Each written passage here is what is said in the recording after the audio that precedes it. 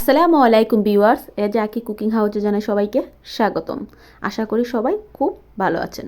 So আজকে আপনাদের মাঝে খুব বরাবরের মতো একটি দারুণ রেসিপি নিয়ে আমি আপনাদের মাঝে হাজির হয়ে গেলাম। খুবই কমন এবং সিম্পল ইজি একটি রেসিপি, সেটি হচ্ছে ডালের বড়া বা পেঁয়াজু। অনেকেই বলেন পেঁয়াজু নাকি মচমচে হয় না, লেতিয়ে যায়, নরম হয়ে যায়, তেমন একটা শক্ত ভাবটা থাকে না। করলে হয়তো সাথে সাথে থাকে, বাট পরে আর থাকে না। সেই থাকে না কেন, সেই রহস্যটাই আজকে আপনাদের মাঝে উন্মোচন করব এবং থাকার জন্য যে উপায়টি সেটিও আপনাদেরকে আমি আজকে হাতে নাতে দেখিয়ে দেব। 24 ঘন্টারও অধিক সময়, প্রায় 2 দিনের মতো মচমচে রাখার জন্য ডাইলের বড়া বা পেঁয়াজুকে সেই সব কিছু এ টু জেড আজকে ভিডিওর মাধ্যমে শেয়ার করব। তার জন্য অ্যাট ফার্স্ট আমি 1 কাপ সমপরিমাণ 1 কাপ মসুর ডাল এখানে আমি ভিজিয়ে রেখে দেব 2 থেকে 3 ঘন্টার জন্য। আপনার হাতে যদি সময় কম থাকে জাস্ট 1 ঘন্টা ভিজিয়ে রাখলেও হবে। সো দেখতেই পাচ্ছেন আমার ডালগুলো কিন্তু অলমোস্ট ভিজে গেছে। আমি এখন ভালো করে কষলে এগুলোকে ধুয়ে নিব, চেষ্টা করুন ভালো করে কষলে ধোয়ার জন্য, তাহলে কাঁচা যে একটা গন্ধ থাকে সেই গন্ধটা আর থাকবে না। সো এর জন্য আমি এখানে একটা বড় সাইজের একটু আদার টুকরো নিয়ে নিলাম, দেখে বুঝতেই পারছেন কতটুকু সাইজের আদাটা নিয়ে নিলাম। 2টা রসুনের কোয়া আর একটা পেঁয়াজ বাটার জন্য। আর এই যে 2টা বড় সাইজের পেঁয়াজ দেখতে পাচ্ছেন, এগুলো তো খুব বড় সাইজ, এগুলোকে আমি কুচি করে সাথে দেওয়ার জন্য নিয়ে নিলাম। আর নিলাম 2টা মরিচ কুচি করে দেওয়ার জন্য। চেষ্টা করুন বড় সাইজের পেঁয়াজটা এখানে কুচি করার জন্য, তাহলে পেঁয়াজটা ভাজতেও সুন্দর হবে, খেতেও খুব ভালো লাগবে। সো অ্যাট ফার্স্ট আমি এখানে ডালগুলোকে পিষে নেব শিলপাটাতে। আপনি সেটা ব্লেন্ডার করে নিতে পারেন। সো ব্লেন্ডার করলে অনুমান পরিমাণটা তেমন বোঝা যায় না প্রসেসটা। সো শিলপাটাতে বাটার চেষ্টা করবেন। তো দেখুন আমি কেমনভাবে ক্রাশ করেছি। এর চেয়ে বেশি মিহিও করবো না, আবার এর চেয়ে বেশি আস্ত দানাও রাখবো না। এমন প্রসেসে চেষ্টা করবেন ডালটাকে বাটার জন্য, একটু যাতে দানা সিস্টেমে থাকে। সো অলমোস্ট আমার ডালগুলো বাটা হয়ে গেছে, আদা রসুন পেঁয়াজটাও বাটা হয়ে গেছে। এখন আমি 2টা পেঁয়াজকে ভালো করে কুচি করে নেব মরিচ সহ করে। আর তেল তো এখানে অবভিয়াসলি লাগবে। তেলের পরিমাণটা আমি এই কাপ দিয়ে আজকে 2.5 কাপের মতো তেল এখানে ইউজ করব। সো আপনারা বুঝতেই পারছেন সব কিছুর পরিমাণ কিন্তু আমি এখানে আজকে বলে দিচ্ছি, কারণ যেহেতু আমি সবসময় গড়ে এটা হামেশাই করে থাকি, আর এটা রমজান স্পেশাল একটি জিনিস, রমজান তো এসেই গেছে। সো সেজন্য খুব কাজে লাগবে। যারা এই টিপসগুলো জানতে চান, পেঁয়াজগুলো কুচি করে নিলাম। আর শুকনো মরিচের মধ্যে হলুদের গুঁড়ো, বাহার গুঁড়ো, জিরের গুঁড়ো, ধনের গুঁড়ো, মরিচের গুঁড়ো আর লবণ জাস্ট এখানে লাগবে আমার। সো এখানে আমি এখন সবগুলো উপকরণ একে একে ডাল বাটাটার সাথে অ্যাড করে দেব। সো দিয়ে আমি এখন মরিচের গুঁড়ো, যেহেতু আমি কাঁচামরিচ এখানে অ্যাপ্লাই করেছি, সো আমি এখানে 1/2 চামচের মতো মরিচের গুঁড়ো, 1.5 চামচের মতো লবণ, 1 চামচের মতো ধনিয়া গুঁড়ো, 1 চামচের মতো জিরের গুঁড়ো, 1 চামচ হলুদ গুঁড়ো, জাস্ট আমার এনাফ। একটু হালকা আমি এগুলোকে চটকে নেব, ভেঙে নেব, কারণ ওই স্পেশাল যে জিনিসটা দেবো না হলে ওটা টেনে নেবে। আজকের এই স্পেশাল জিনিসটি, বিশেষ উপকরণটি হচ্ছে চালের গুঁড়ো। এখানে আপনারা বেসন দিবেন না প্লিজ, চেষ্টা করবেন চালের গুঁড়োটা অ্যাপ্লাই করার জন্য। সেটা বেটেও দিতে পারেন, চাল আগদারে ভিজিয়ে, বা গুঁড়োও দিতে পারেন। সো আমার কাছে গুঁড়ো করা ছিল, ঘরে অ্যাভেলেবেল থাকে সবসময়। সো আমি এখানে দিয়ে দিলাম। 1 কাপ ডালের জন্য 1 কাপ চালের গুঁড়ো দিতে হবে। পরিমাণটা আমি আবারও বলছি, 1 কাপ ডালের জন্য 1 কাপ চালের গুঁড়ো। 1/2 কাপ ডাল হলে 1/2 কাপ চালের গুঁড়ো, 2 কাপ ডাল হলে 1.5 কাপ চালের গুঁড়ো আপনি ইউজ করার চেষ্টা করবেন। এর কম দিলে সেটা নরম হয়ে যাবে, আর এই পরিমাণ দিলে এটা খুবই শক্ত হবে। 2 দিনের মতো আপনার ডালের বড়াটা বাহিরে নর্মাল টেম্পারেচারে খুবই কর্মরে থাকবে, একদম মচমচে থাকবে।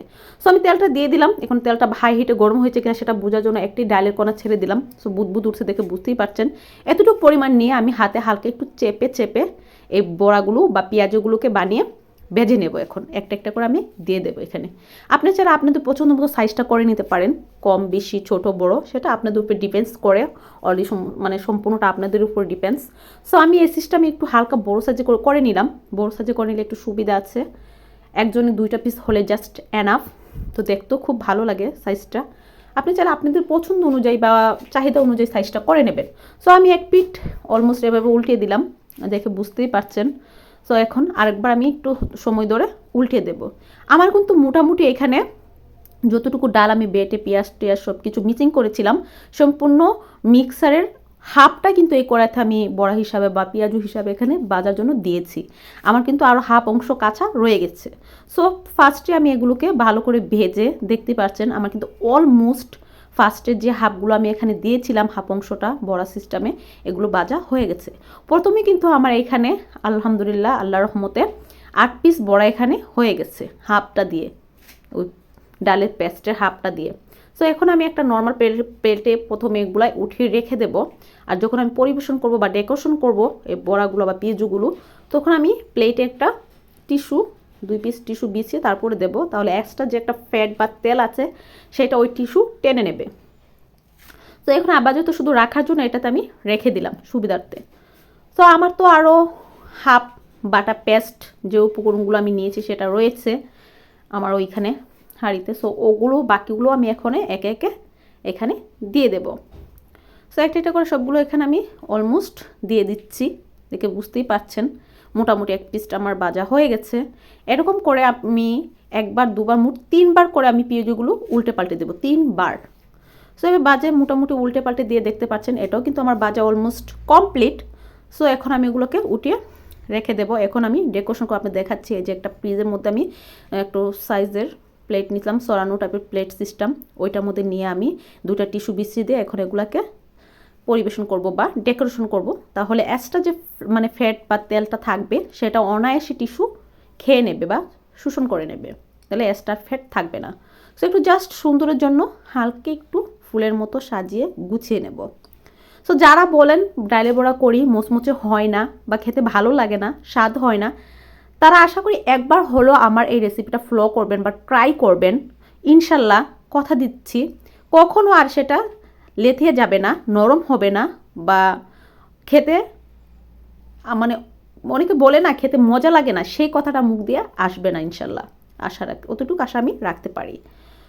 সো আবারও আমি বলছি 1 কাপ ডাল যদি আপনি শুকনো ডাল ইউজ করেন এটা বানানোর জন্য, তো 1 কাপ চালের গুঁড়ো আপনি এখানে ইউজ করবেন।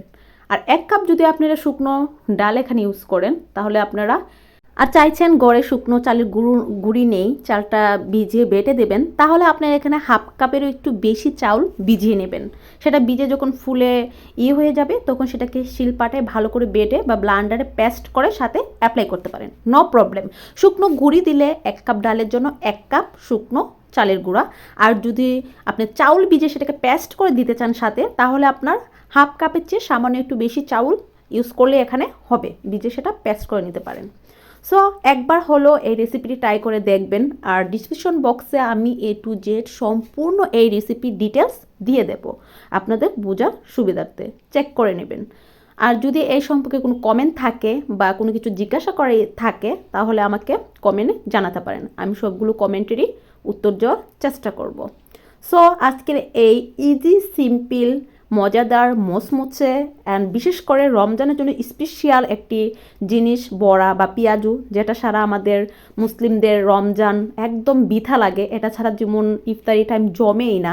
এই স্পেশাল রেসিপিটি যদি আপনাদের একটু হলো পছন্দ হয় বা লাইক করেন তাহলে একটি লাইক করে দিবেন। আর সুন্দর আঙ্গুলটি দ্বারা আমার চ্যানেলটি সাবস্ক্রাইব করে অল নোটিফিকেশন বেলটি বাজিয়ে দেবেন।